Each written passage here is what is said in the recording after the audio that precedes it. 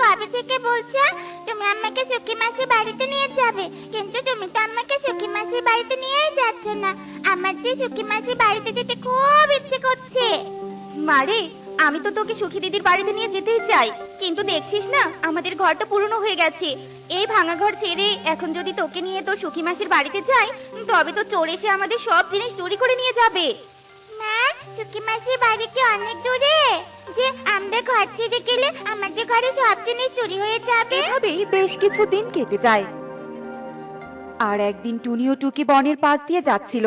তখন হঠাৎ টুকি বলতে থাকে, মা দেখো, ওই জমিটাতে কতগুলো ঘাস হয়েছে। ঘাসগুলো দেখতে কত সুন্দর লাগছে। মা, এই ঘাসগুলো দিয়ে কি ঘর বানানো যাবে না?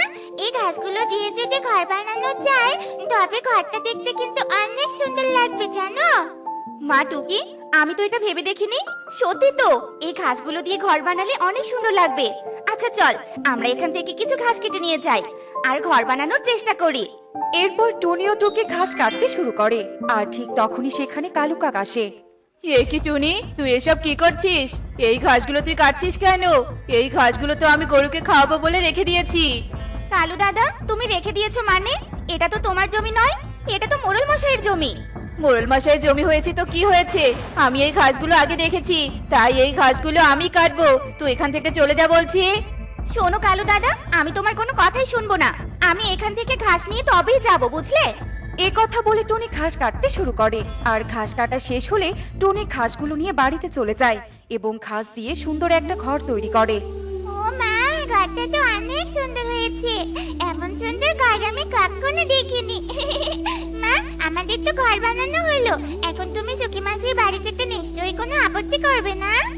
না রে মা, আমি আর কোনো আপত্তি করব না। তুই এক্ষুনি তৈরি হয়ে নে, আমি আজই তোকে সুখী দিদির বাড়িতে নিয়ে যাব। সত্যি বলছো? ইয়ে, কি মজা, কি মজা। আমি সুখী মাসির বাড়িতে যাব। সুখী মাসির বাড়িতে যাওয়ার কথা শুনে টুকি অনেক খুশি হয়। আর সুখী পায়রার বাড়িতে যাওয়ার জন্য টুকি ও টুনি রওনা দেয়। তখন পথে কালু কাকের সাথে টুনির দেখা হয়ে যায়। কি রে টুনি, তুই আর টুকি ব্যাগপত্র নিয়ে কোথায় যাচ্ছিস? নিশ্চয়ই কোথাও ঘুরতে যাচ্ছিস, তাই না? হ্যাঁ কালু দাদা, তুমি ঠিকই ধরেছো। আমরা কয়েকদিনের জন্য পাশের বনে বেড়াতে যাচ্ছি। ও আচ্ছা, যা, আমি আর তোকে দেরি করাবো না। আচ্ছা ঠিক আছে, তবে আমরা আসছি, কেমন? এরপর টুনি ও টুকি আবার সুখী পায়রার বাড়িতে যাওয়ার জন্য রওনা দেয়। যা টুনি যা, তুই আমাকে অনেক জ্বালিয়েছিস, এবার আমিও তোকে একটু উচিত শিক্ষা দিব। হা হা হা হা হা। মা টুকি, আমরা তো সুখী মাসির বাড়িতে চলে এসেছি। মা, এটা সুখী মাসির বাড়ি। দাঁড়াও, আমি সুখী মাসিকে ডাকছি। সুখী মাসি, ও সুখী মাসি, কোথায় গেলে? বাইরে এসো, দেখো কারা এসেছে। আরে টুনি টুকি, তোরা? আমি তো ভাবতেই পারছি না তোরা আমার বাড়িতে এসেছিস। আয় আয়, ঘরে আয় তোরা, আমি তোদেরকে খাবার খেতে দিচ্ছি। সুখী দিদি, আমরা এবার যাই গো। তুমি অনেক ভালো থেকো। তুমি একদিন সময় করে আমাদের বাড়িতে এসো, কেমন? আচ্ছা বেশ, আসবো। তোরা কোনো চিন্তা করিস না, তোরা সাবধানে যাস, কেমন?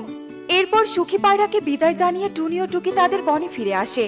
আর টুনি ও টুকি বাড়িতে ফিরে এসে যেই না ঘাসের ঘরে প্রবেশ করে, অমনি তারা দেখতে পায় তাদের ঘাসের ঘরে দুইটা ময়ূর কন্যা। এ কি সাংঘাতিক কাণ্ড! আমাদের ঘরে ময়ূর কন্যা এলো কোথা থেকে? আরে তাই তো, এদের তো এখানে থাকার কথা নয়, তাহলে এরা এখানে কি করছে? ময়ূর কন্যা, তোমরা আমাদের ঘরে কিভাবে এসেছো? এটা তো তোমাদের ঘর নয়। তোমাদের কি কেউ এখানে নিয়ে এসেছে?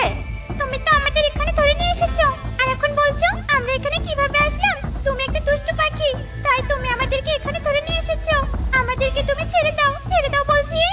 ময়ূর কন্যার কথা শুনে বনের পাখিরা টুনির ঘরে আসে আর টুনিকে বলতে থাকে, কিরে টুনি, তুই এই দুই ময়ূর কন্যাকে কোথায় পেয়েছিস? তুই আবার ময়ূর কন্যাদের চুরি করে আনিসনি তো? কবুতর আঙ্কেল, তুমি ঠিক ভেবেছো। এই টুনি মাসি আমাদের চুরি করে এনেছে। আমরা এখানে থাকতে চাই না, আমরা মায়ের কাছে যাব। আমরা মায়ের কাছে যাব। কবুতর দাদা, তুমি ময়ূর কন্যাদের কথা বিশ্বাস করো না। ওরা মিথ্যে কথা বলছে। ওরা মিথ্যে কথা বলে আমাকে ফাঁসাতে চাইছে। তোর ঘরে দুই ময়ূর কন্যা, আর তুই কিনা বলছিস ওরা মিথ্যে কথা বলে ফাঁসাতে চাইছে? মিথ্যে কথা বলার জায়গা পাস না নাকি? তোর চালাকি আমরা ধরে ফেলেছি। তুই ময়ূর কন্যাদের বিক্রি করে দেওয়ার জন্য ওসব কথা বলছিস, তাই না? কিন্তু আমরা তো তা কিছুতেই হতে দিব না। তুই আজকের মধ্যে ময়ূর কন্যাদের তাদের মায়ের কাছে পৌঁছে দিয়ে আসবি, নয়তো তোর এ বনে থাকা হবে না, বুঝতে পেরেছিস? এ কথা বলে কবুতর ও বনের পাখিরা সেখান থেকে চলে যায়। আর টুনি উপায় না পেয়ে প্রকৃতি কন্যার কাছে যায়।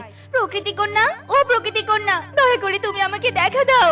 আমি যে অনেক বড় বিপদে পড়েছি, তোমার সাহায্য যে আমার খুব দরকার। দয়া করে দেখা দাও প্রকৃতি কন্যা, দয়া করে দেখা দাও। কি হয়েছে বাছা? তুই আমাকে স্মরণ করেছিস কেন? বল, তোর কি সাহায্য দরকার? এরপর টুনি প্রকৃতি কন্যাকে সব কথা খুলে বলে। ও আচ্ছা, এই ব্যাপার। দাঁড়া, ধ্যান করে দেখছি তোর ঘরে ময়ূর কন্যা কি করে এলো। শোন বাছা, তোর ঘরে ময়ূর কন্যাদেরকে রেখেছি কালো কাক, আর ময়ূর কন্যাদের মাকেও কালো কাক বন্দি করে রেখেছে। তাই ময়ূর কন্যা তাদের মাকে বাঁচানোর জন্য তোকে মিথ্যে কথা বলেছে। এসব তুমি কি বলছো প্রকৃতি কন্যা? আমি তো এসব বিশ্বাসই করতে পারছি না। কালু দাদা এসব করেছে? বিশ্বাস না হলেও এটাই সত্যি। তুই যদি ময়ূর কন্যাদের মাকে উদ্ধার করতে পারিস, তবেই তুই কালু কাকির মুখোশ খুলতে পারবি। পাশের বনে ময়ূর কন্যাদের ঘর আছে, ওই ঘরে ময়ূর কন্যাদের মা বন্দি হয়ে আছে। প্রকৃতি কন্যা, আমি এক্ষুনি পাশের বনে যাচ্ছি আর ময়ূর কন্যাদের মাকে উদ্ধার করে নিয়ে আসছি। এরপর টুনি প্রকৃতি কন্যাকে ধন্যবাদ জানিয়ে পাশের বনের উদ্দেশ্যে রওনা দেয়। আর পাশের বনে যেতে যেতে বিকেল হয়ে আসে এবং অনেক খোঁজার পর টুনি ময়ূর কন্যাদের ঘর খুঁজে পায় আর ময়ূর কন্যাদের মাকে উদ্ধার করে। আর ময়ূর কন্যাদের মাকে টুনি তার বাড়িতে নিয়ে আসে। ময়ূর কন্যা, এই দেখো আমি তোমাদের মাকে নিয়ে এসেছি। এখন আশা করি তোমরা সত্যি কথা বলবে। কি, তুমি মাকে উদ্ধার করে নিয়ে এসেছো? আচ্ছা ঠিক আছে, আমরা এবার তোমাকে সত্যি কথা বলবো। আর আগে তুমি বনের পাখিদের এখানে ডেকে নিয়ে এসো। কি হয়েছে ময়ূর কন্যা, তোমরা আমাদের ডেকে পাঠিয়েছো কেন? তবে কি টুনি আবার কিছু করেছে? সাবধান আঙ্কেল, টুনি মাসি কিছু করেনি। সেদিন আমরা তোমাদের মিথ্যে কথা বলেছিলাম। আসলে কালু আঙ্কেল আমাদের মাকে বন্দি করে আমাদেরকে এখানে নিয়ে এসেছিল। আর আমরা মাকে বাঁচানোর জন্য টুনি মাসির নামে মিথ্যে কথা বলেছি। টুনি মাসির কোনো দোষ নেই। তোমরা দয়া করে টুনি মাসিকে ভুল বুঝো না। ময়ূর কন্যা, তুমি সত্যি বলছো কালু দাদা এসব করেছে? ঠিক আছে, কালু দাদাকে আমরা উচিত শিক্ষা দিব। দয়া করে আমাকে তোমরা ক্ষমা করে দাও। আমি টুনিকে অপদস্থ করার জন্য এসব করেছি। আমি আর কখনো এমনটা করব না। টুনি বোন, তুই আমাকে ক্ষমা করে দে। এরপর টুনি কালু কাককে ক্ষমা করে দেয় আর কালু কাক ভালো ও সৎ পাখি হয়ে যায় এবং বনের পাখিরা মিলেমিশে একসঙ্গে থাকতে শুরু করে।